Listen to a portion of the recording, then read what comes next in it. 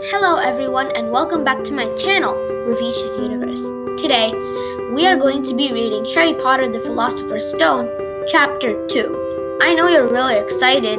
This video is for you. Now, we are going to be reading Chapter 2 of Harry Potter, The Vanishing Glass. If you remember what happened last chapter, Dumbledore put Harry on his uncle's doorstep, the Dursleys. Now, let's read. Nearly 10 years has passed since the Dursleys had woken up to find their nephew on the front step, but Privet Drive had hardly changed at all. The sun rose on the same tidy front gardens and lit up the brass number 4 on the Dursleys' front door.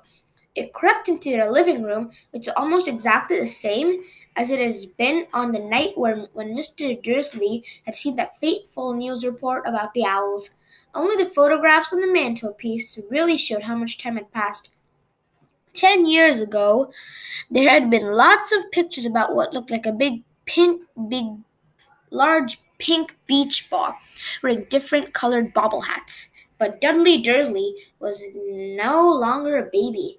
And now the photograph showed a large blond boy riding his first bicycle on a roundabout on the fair, playing a computer game with his father, being hugged and kissed by his mother. Yet the room showed no sign at all that another boy lived in the house, too. Yet Harry Potter was there, asleep at the moment, but not for long. His Aunt Petunia was awake, and it was her shrill voice which made the first noise of the day. Up! Get up! Now! Harry awoke with a start.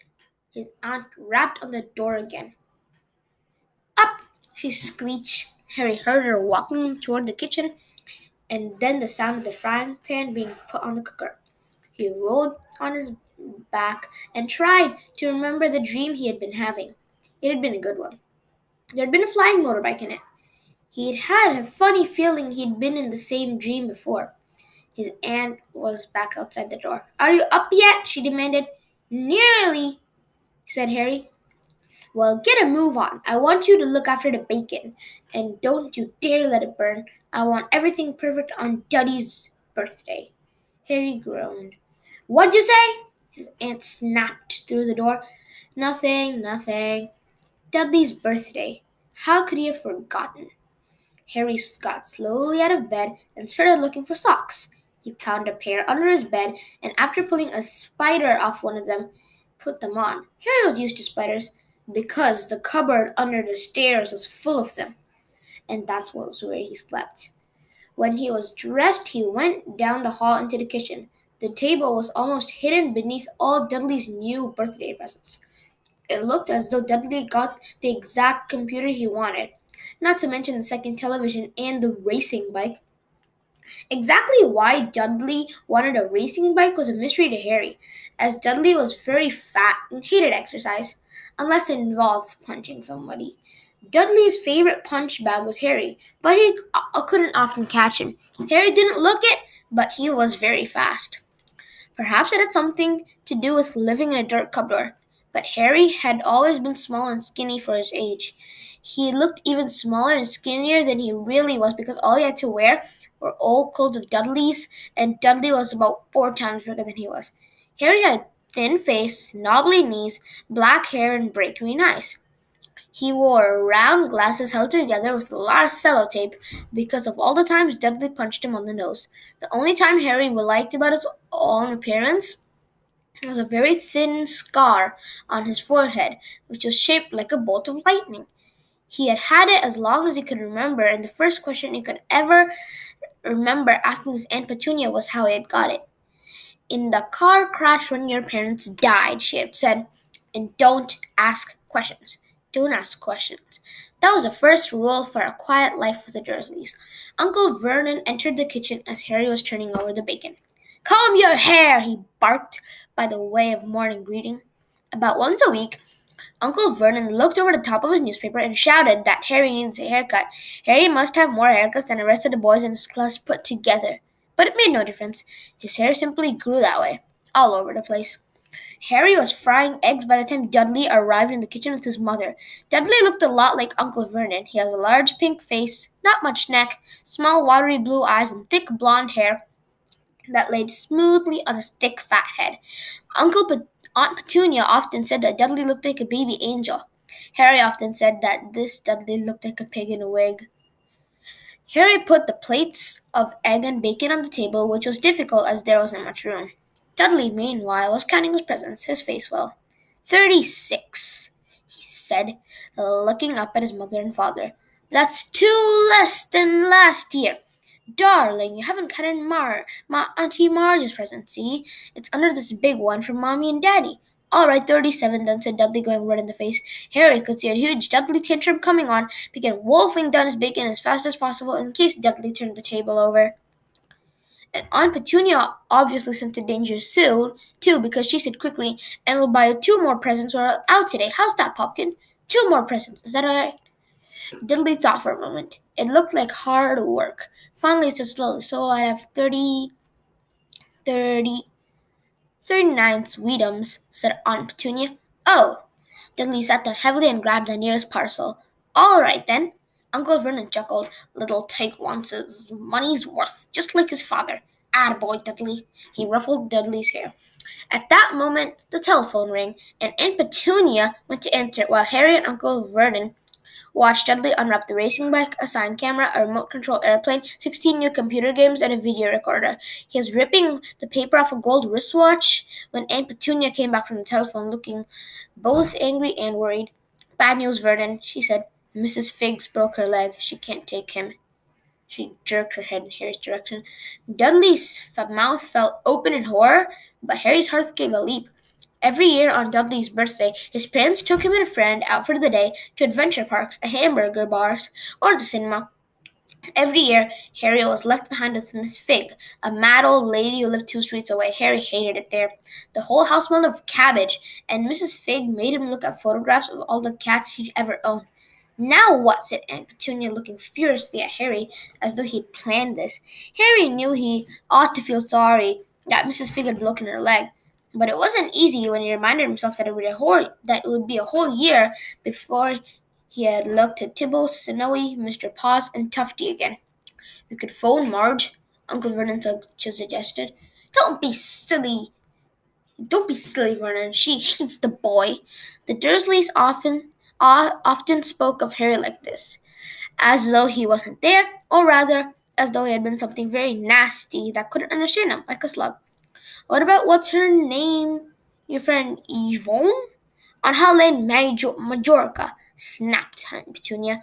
You could just leave me here, Harry put in hopefully. He'd be able to watch what he wanted on television for a change, and maybe even go on Dudley's computer. Aunt Petunia looked like she had just swallowed in a lemon. And come back and find the house in ruins? I won't blow up the house, said Harry, but they weren't listening. I suppose we could take him to the zoo, said Aunt Petunia slowly, and leave him in the car.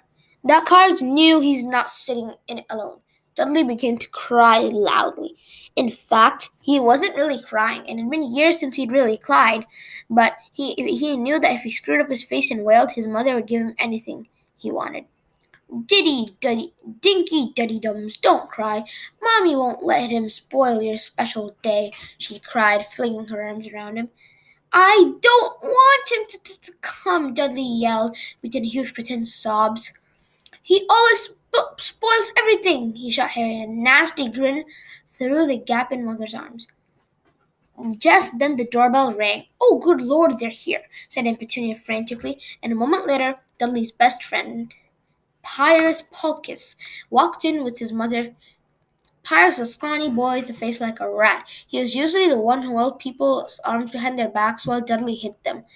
Dudley stopped pretending to cry at once. Half an hour later, Harry, who couldn't believe his luck, was sitting in the back of the Dursleys' car with Piers and Dudley on the way to the zoo for the first time in his life. His aunt and uncle hadn't been able to think anything else to do with him.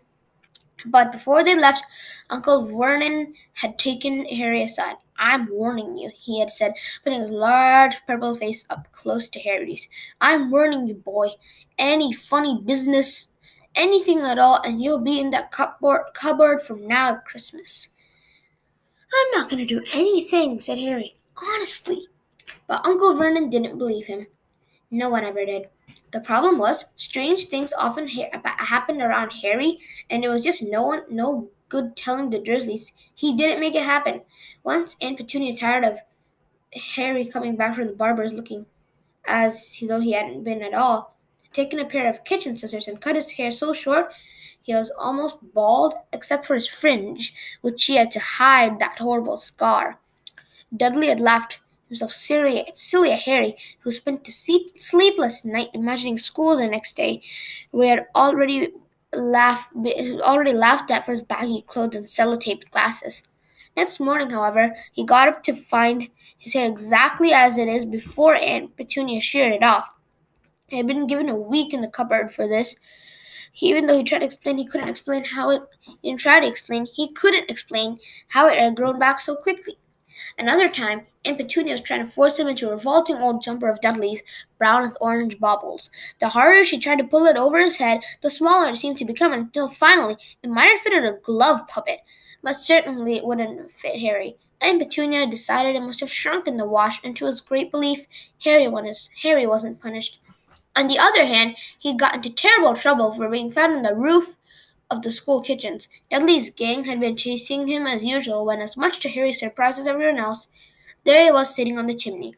The Dursleys had received a very angry letter from Harry's headmistress telling them that Harry had been climbing school buildings, but all he tried to do as he shouted at Uncle Vernon through the locked door of his cupboard was jump behind the big bins outside the kitchen doors.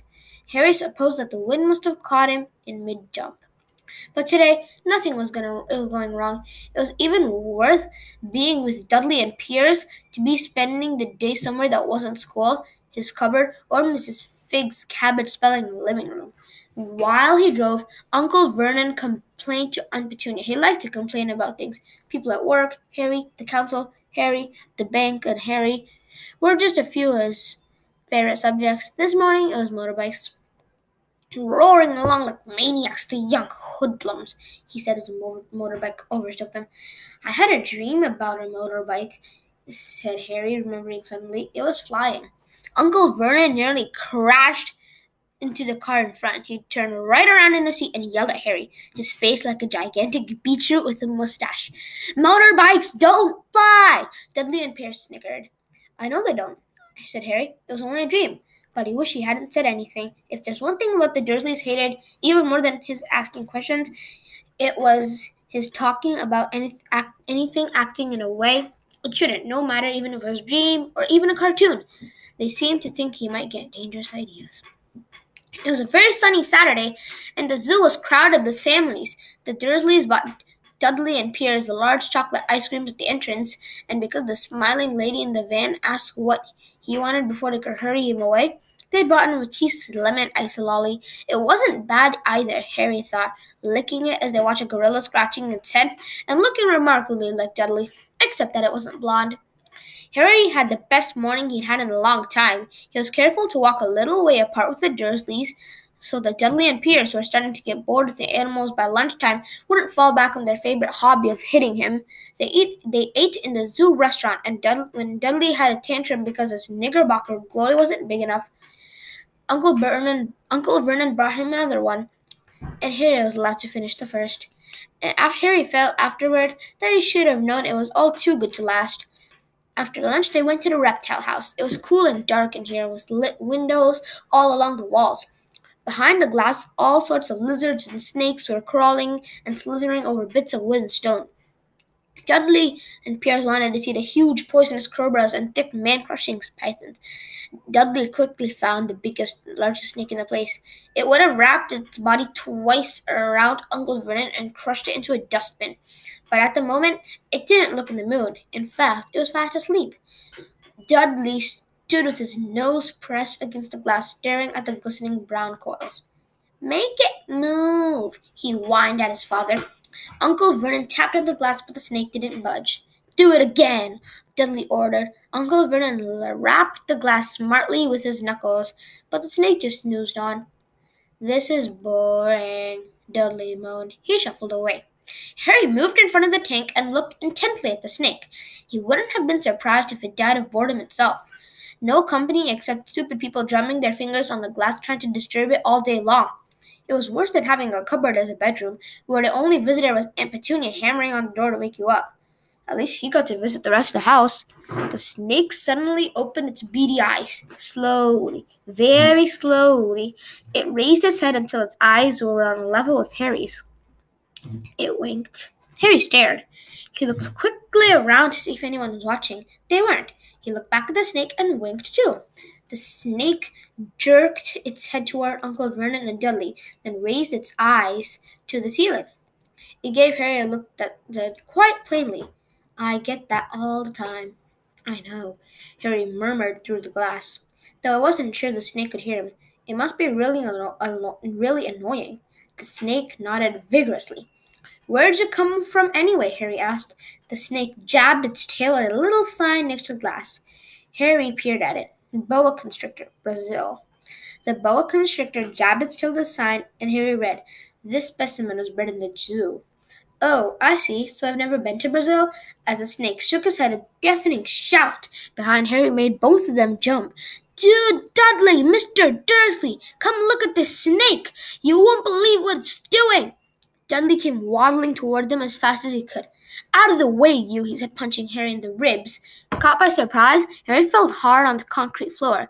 What came next happened was so fast that no one saw how it happened. 1 second, Pierce and Dudley were leaning right up close to the glass. The next, they had leaped back with looks of horror. Harry sat up and gasped. The glass front of the boa constrictor's tank had vanished. The great snake was uncoiling itself rapidly, slithering out on the floor. People throughout the reptile house screamed and started running for the exits. As the snake slid swiftly past them, Harry could have sworn a low, hissing voice said, "Brazil, here I come." "Thanks, amigo." The keeper of the reptile house was in shock. "But the glass," he kept saying. "Where did the glass go?" The zoo director himself made Aunt Petunia a cup of strong, sweet tea, while he apologized over and over again. Piers and Dudley could only give her. As far as Harry had seen, the snake hadn't done anything unless snap playfully at their heels as it passed. But by the time they were all in Uncle Vernon's car, Dudley was telling them how it nearly bitten off his leg, while Piers was swearing it had tried to squeeze him to death. But worst of all, for Harry at least, was Piers calming down enough to say, "Harry was talking to it, weren't you, Harry?" Uncle Vernon waited so Piers could safely out of the house before he started on Harry. He was so angry he could hardly speak. He managed to say, "Go, cupboard, stay, no meals," before he collapsed into a chair and Aunt Petunia had to run and get a large brandy. Harry lay in his cupboard much later, wishing he had a watch. He didn't know what time it was, and he couldn't be sure the Dursleys were asleep yet. Until they were, he wouldn't risk sneaking to the kitchen for some food. He lived with the Dursley almost 10 years, 10 miserable years, as long as he could remember, ever since he'd been a baby and his parents had died in that car crash. He couldn't remember being in the car when his parents had died. Sometimes, when he strained his memory during long hours in his cupboard, he came up with a strange vision, a blinding flash of green light, and a burning pain on his forehead. This, he supposed, was the crash, though he couldn't imagine where the green light came from. He couldn't remember his parents at all. His aunt and uncle never spoke about them, and of course he was forbidden to ask questions. There were no photographs of them in the house. When he had been younger, Harry had dreamed and dreamed of some unknown relation coming to take him away. But it never happened. The Dursleys were his only family. Yet sometimes he thought, or maybe hoped, that strangers in the street seemed to know him. Very strange strangers there were too. A tiny man in a violet top had bowed to him once while shopping out with Aunt Petunia and Dudley. After asking Harry furiously if they knew the man, Aunt Petunia had rushed him out of the shop without buying anything. A wild-looking woman who had dressed all in green had waved merrily at him once on the bus. A bald man with a very long purple coat had actually shaken his hand in the street on the other day, and they walked away without a word. The weirdest thing was that all these people was the way they seemed to vanish the second Harry tried to get a closer look.